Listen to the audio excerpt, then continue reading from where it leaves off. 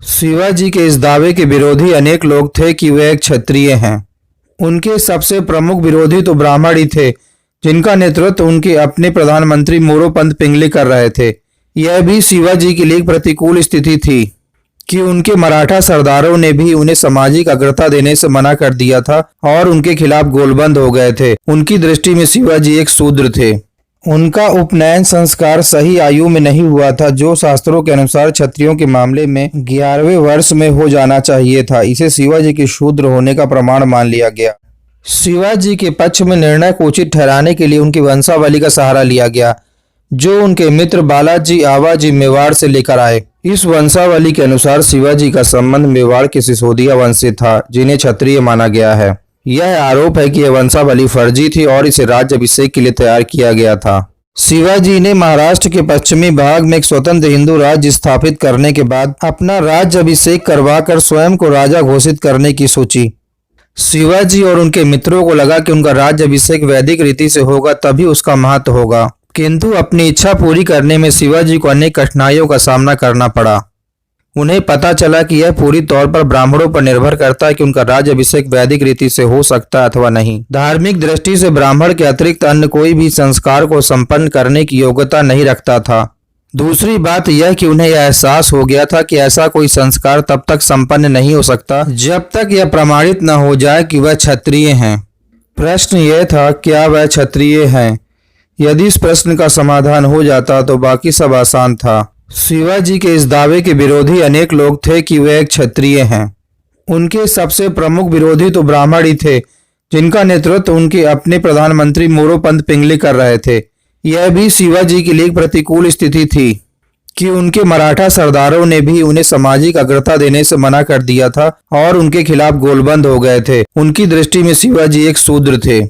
उनका उपनयन संस्कार सही आयु में नहीं हुआ था, जो शास्त्रों के अनुसार क्षत्रियों के मामले में 11वें वर्ष में हो जाना चाहिए था। इसे शिवाजी के शूद्र होने का प्रमाण मान लिया गया। फिर सुयोगवश उन्हें बनारस के एक प्रख्यात ब्राह्मण, वेदों तथा शास्त्रों के ज्ञाता गागा भट्ट की सेवाएं मिल गई।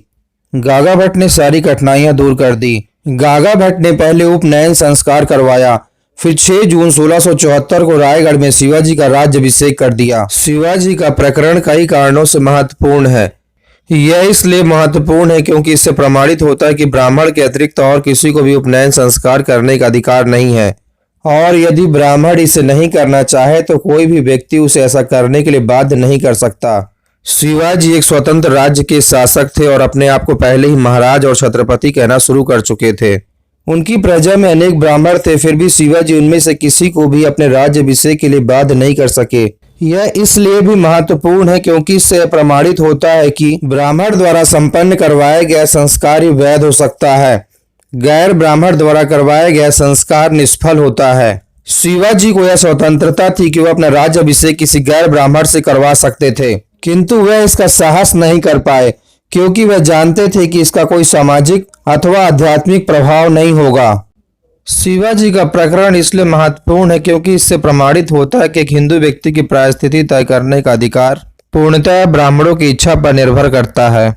शिवाजी के पक्ष में निर्णय को उचित ठहराने के लिए उनकी वंशावली का सहारा लिया गया, जो उनके मित्र बालाजी आवाजी मेवाड़ से लेकर आए। इस वंशावली के अनुसार शिवाजी का संबंध मेवाड़ के सिसोदिया वंश से था, जिन्हें क्षत्रिय माना गया है। यह आरोप है कि यह वंशावली फर्जी थी और इसे राज्याभिषेक के लिए तैयार किया गया था। गागा भट्ट का निर्णय एक खरा निर्णय नहीं था। यह उस रकम से स्पष्ट हो जाता है जो गागा भट्ट और अन्य ब्राह्मणों ने संस्कार संपन्न कराने की एवज में ली थी। शिवाजी ने राज्याभिषेक में कितनी रकम खर्च की और इसका कितना अंश गागा भट्ट और अन्य ब्राह्मणों को मिला, इसकी जानकारी वैद द्वारा संकलित विवरण से मिलती है। इन मंत्रियों में से प्रत्येक को 1 लाख होन, 3 लाख रुपए, 1 हाथी, 1 घोड़ा, वस्त्र और आभूषण दिए गए। गागा भट्ट को पूरे संस्कार के लिए 1 लाख रुपए दिए गए। राज्याभिषेक संस्कार के विभिन्न चरणों में शिवाजी ने जो दक्षिणा दी वह अवसर के अनुसार बहुत थी। सभासद के अनुसार राज्याभिषेक के अवसर पर कुल 1,42,00,000 होन अर्थात 426 लाख रुपए खर्च हुए। सभासद के अनुसार शिवाजी के राज्याभिषेक में 50,000 वैदिक ब्राह्मण एकत्र हुए थे। इनके अतिरिक्त इसमें हजारों जोगी, सन्यासी आदि भी जमा हुए। शिवाजी के मंत्री राज्याभिषेक की इस योजना में शिवाजी के सबसे प्रबल विरोधी थे। वे इस विचार के पक्के थे कि शिवाजी एक शूद्र हैं और उन्हें राज्याभिषेक करवाने का कोई अधिकार नहीं, क्योंकि यह अधिकार तो केवल क्षत्रियों को था। इसमें कोई आश्चर्य नहीं कि शिवाजी ने उनका मुंह बंद करने के लिए और उन्हें हमेशा के लिए अपने पक्ष में करने के लिए बड़े बड़े उपहार दिए।